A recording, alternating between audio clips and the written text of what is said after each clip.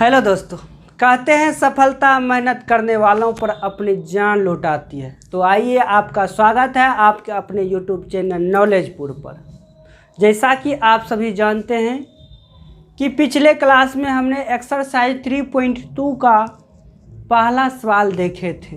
यानी पहला जो सवाल है उसमें 2 सवाल पॉइंट के रूप में दिया है। एक कंप्लीट कर चुके हैं, दूसरा आज हम देखेंगे। और हमने आपको बोले भी थे जिस प्रकार पहला नंबर सवाल बनाए हैं ठीक उसी प्रकार दूसरा नंबर सवाल बनेगा। अगर आप कोशिश किए होंगे तो ज़रूर बना होगा। अगर आप बनाए हैं तो देख लीजिएगा कि इस तरीक़ा से आप बनाए हैं कि नहीं बनाए हैं। तो ठीक है, तो देखते हैं। अब देखिए यहाँ पर वही कह रहा है, निम्न समस्याओं में रैखिक समीकरण के युग्म बनाइए और उनके ग्राफीय विधि से हल ज्ञात कीजिए। अब यहाँ पर देखिए क्या कह रहा है, 5 पेंसिल तथा 7 कलमों का कुल मूल्य दिया हुआ है हमको 50 रुपये, जबकि 7 पेंसिल तथा 5 कलमों का कुल मूल्य है 46 रुपये। एक पेंसिल का मूल्य तथा एक कलम का मूल्य ज्ञात करना है। सबसे पहले हम क्या करेंगे, यहाँ समीकरण युग्म बनाना है, उसके बाद जाके ग्राफीय विधि से हल करना है। समीकरण युग्म बनाने के लिए पहले हमको 2 चर मानना पड़ेगा, उसके बाद जाके प्रश्न के अकॉर्डिंग चलेंगे तो हमको इक्वेशन मिल जाएगा। तो चलिए देखते हैं। तो माना कि एक पेंसिल का मूल्य x रुपये है तथा एक कलम का मूल्य कितना है, y रुपये है। अब चलेंगे प्रश्न से। अब देखिए 5 कलम तथा 7 कलमों 5 पेंसिल तथा 7 कलमों। तो 5 पेंसिल x माने तो 5x प्लस 7 कलम तो 7y बराबर कितना 50 रुपया। इसको मान लीजिए समीकरण फर्स्ट। दूसरा क्या कह रहा है, दूसरा कह रहा है, आगे कह रहा है जबकि 7 पेंसिल तथा 5 कलमों का मूल्य कितना है 46 रुपये। इसको समीकरण सेकेंड मान लिए। यहाँ तक लिखने के बाद आपको हम बताए थे जब इस यहाँ तक आ जाएंगे तो उसके बाद आपको काम क्या करना है कि बस ऐसे कर दिए ना, इसके करने के बाद करें, इसके यहाँ करने के बाद इतना तक आने के बाद यहाँ पर लिख देंगे समीकरण फर्स्ट से और यहाँ लिख देंगे समीकरण सेकेंड से। अब इसका हल इधर करेंगे और इसका हल इधर करेंगे। इसका जो खटाल बनाएंगे, तालिका बनाएंगे तो इसके नीचे बनाएंगे और इसका जो तालिका बनाएंगे इसके नीचे बनाएंगे। ठीक इसी प्रकार से बनाए होंगे तो बहुत अच्छा है। अब हम इसी प्रकार से बनाते हैं। देखिए इस क्वेश्चन को मिटा देते हैं, समीकरण को रहने देते हैं। अब देखिए जो प्रोसेस हम आपको बताए थे उस प्रोसेस से बताते हैं जो कि बहुत ही बेटर है।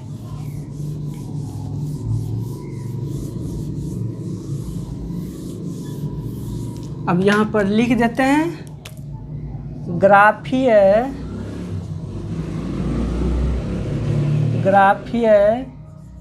विधि से हल। यहाँ लिखना है समीकरण फर्स्ट से, यहाँ लिखना है समीकरण सेकेंड से। समीकरण फर्स्ट यहाँ लिख दीजिए 5x + 7y बराबर 50। इधर लिख दीजिए 7x + 5y = 46 लिख दिए।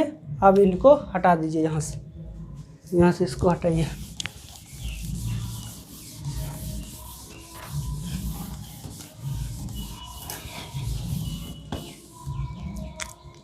ये लाइन रहने दीजिएगा। अब चलते हैं यहाँ से। अब देखिए यहाँ प्लस में है तो इस 7y को यहाँ लिए और क्या करेंगे, इसको उठा के उस पार भेज दीजिए। 50 माइनस 5x। आप ऐसे भी कर सकते हैं, आप ऐसे भी कर सकते हैं। 5x बराबर 50 माइनस 7y, ऐसे भी कर सकते हैं। आपको जो बेटर लगेगा वो तरीका से कीजिएगा। अब देखिए y बराबर क्या हो जाएगा, 50 माइनस 5x। देखिए 7 गुना में है तो भाग में, यहाँ तक हो गया। इसमें भी निकाल लीजिए। 7x बराबर 46 माइनस y लीजिए। 7x माइनस y बराबर 46 माइनस 7x बाय 5। यहाँ तक निकल गया। अब यहाँ पर x का मान मानना है। देखिए अगर 0 मानते हैं तो कम बनेगा। 5 गुना 0 0। 50 में 7 से भाग नहीं लगेगा। पूर्णांक निकालना है, फ्रैक्शन यानी भिन्न में नहीं रहना चाहिए। अगर हम यहाँ पर 1 मानते हैं तो 45 में भी नहीं होगा, तो क्या मानना पड़ेगा। 3 मानते हैं तो हो जाएगा 15 तिया 5 तिया 15, 15 घटाएंगे तो 35 आ जाएगा, लग रहा हो जाएगा। तो x बराबर मान लीजिए हम 3 मान लिए, तो y बराबर क्या होगा, 50 माइनस 5 गुना 3 बटा 7। तो कितना आ जाएगा, 50 माइनस 15 बटा 7 कितना आएगा, 10 में से 5 गया 5, 4 में से 1 गया 3, 3 यानी 35 बटा 7, 7 पचे 35, यानी y का मान कितना आ गया, y का मान 5 आ गया। x का मान हम क्या रखे थे, 3 रखे थे। अब दूसरा पुनः x बराबर रखते हैं। अब क्या रखेंगे, अगर हम 2 3 में नहीं हुआ 4 में हो जाएगा, 4 में तो नहीं होगा।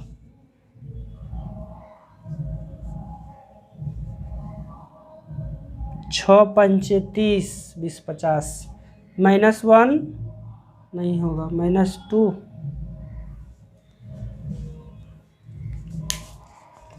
-2 में भी नहीं होगा। 3 अगर हम 10 लेते हैं, यानी 10 लेते तो आ जाएगा 10 में, हाँ 10 में आ जाएगा। 10 में क्या होगा,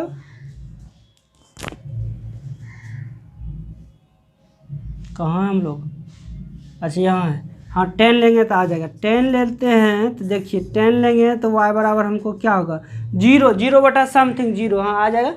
50 माइनस 5 गुना 10 बटा 7, यानी y बराबर हो गया तो 0, 50 माइनस 50 यानी 0, 0 बटा समथिंग तो 0 हो गया। तो अब देखिए यहाँ पर जगह तो नहीं बचा, आप इसके नीचे ही बनाएगा, हम यहाँ पर बना देते हैं x y। x का मान हम 5 रखे थे ना, पहले 3 रखे थे, 3 रखे थे तो कितना आया था हमको, 5 आया था। अगर 10 रखे तो कितना आया, 0 आया, आ गया ये एक बन गया। न्यूनतम 2 निकालना है, अधिकतम आप 3 निकाल सकते हैं। अब यहाँ पर देख लीजिए, यहाँ पर क्या रखना पड़ेगा।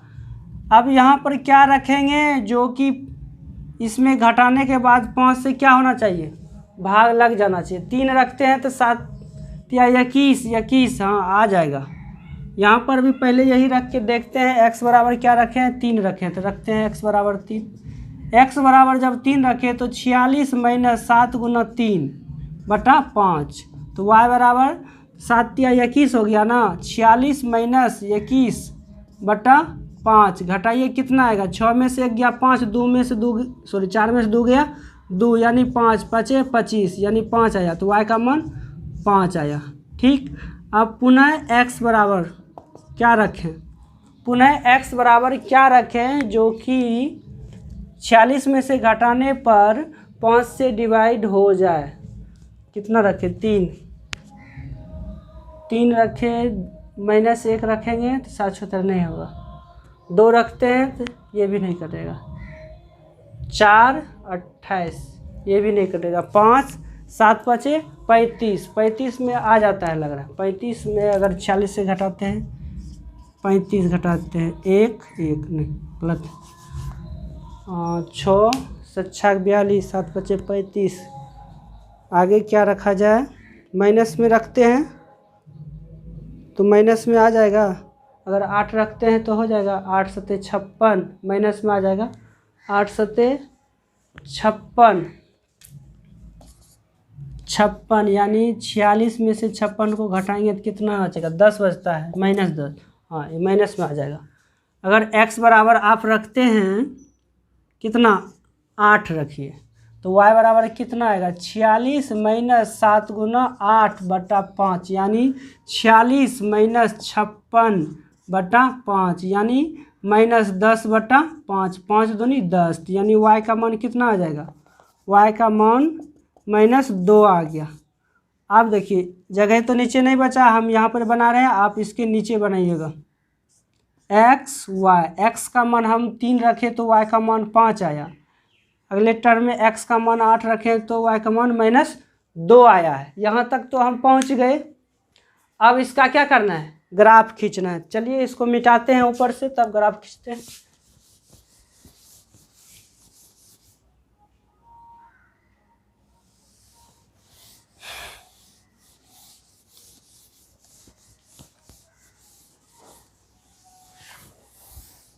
चलिए ज़्यादा भिगा दिए यार।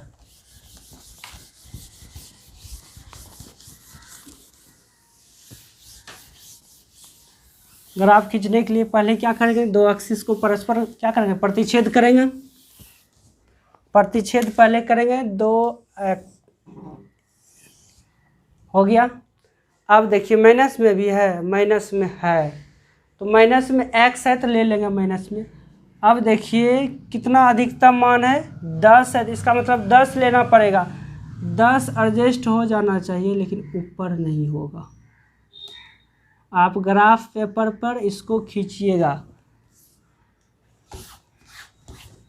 चलिए यहाँ x, यहाँ y, यहाँ x डैश, यहाँ y डैश, 0 0 0, 1 2 3 4 5 6 7 8 9 10, 1 2 3 4 5 6 7 8 9 10।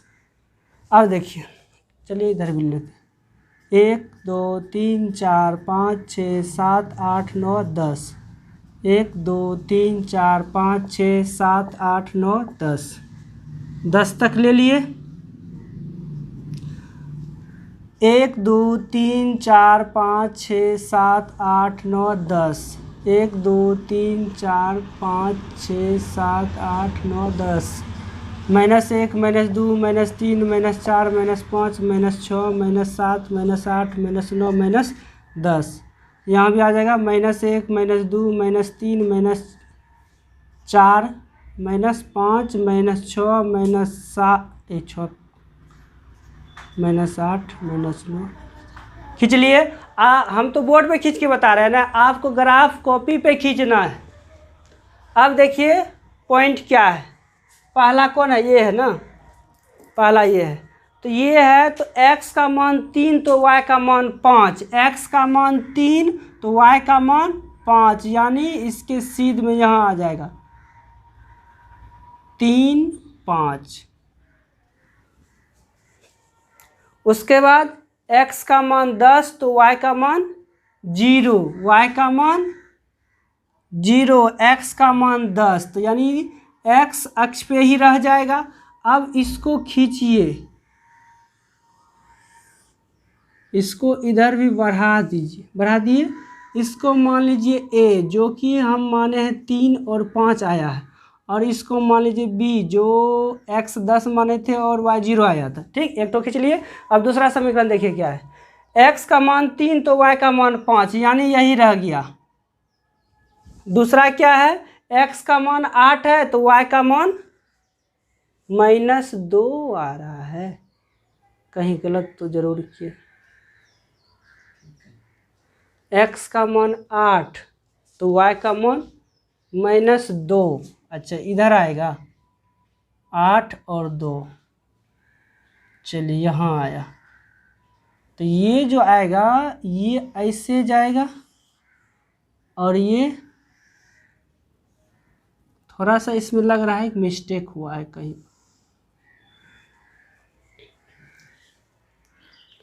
तो हमारा कहाँ कटा, यही प्रतिच्छेद बिंदु बना। ग्राफ, एक मिनट फिर से देखने दीजिए। 3, 5, x का मान 3 तो y का मान 5, ठीक यहाँ है, यहाँ बिंदु बना। x का मान 8 तो y का मान -2, y तो यही है -2, हाँ ठीक है। अब देखिए जब ग्राफ को हम देखते, ग्राफीय विधि से किए हुए हल को देखने पर हम पाते हैं कि बिंदु 3 और 5 क्या है, प्रतिच्छेद बिंदु है, जो कि दोनों रैखिक समीकरण का उभयनिष्ठ हल है।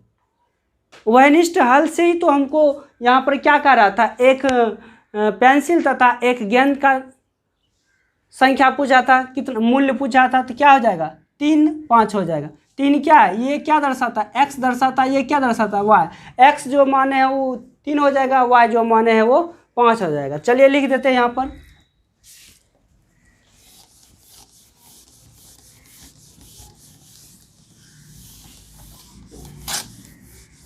तो आप यहाँ पर लिखिएगा ग्राफीय विधि से किए गए हल को देखने पर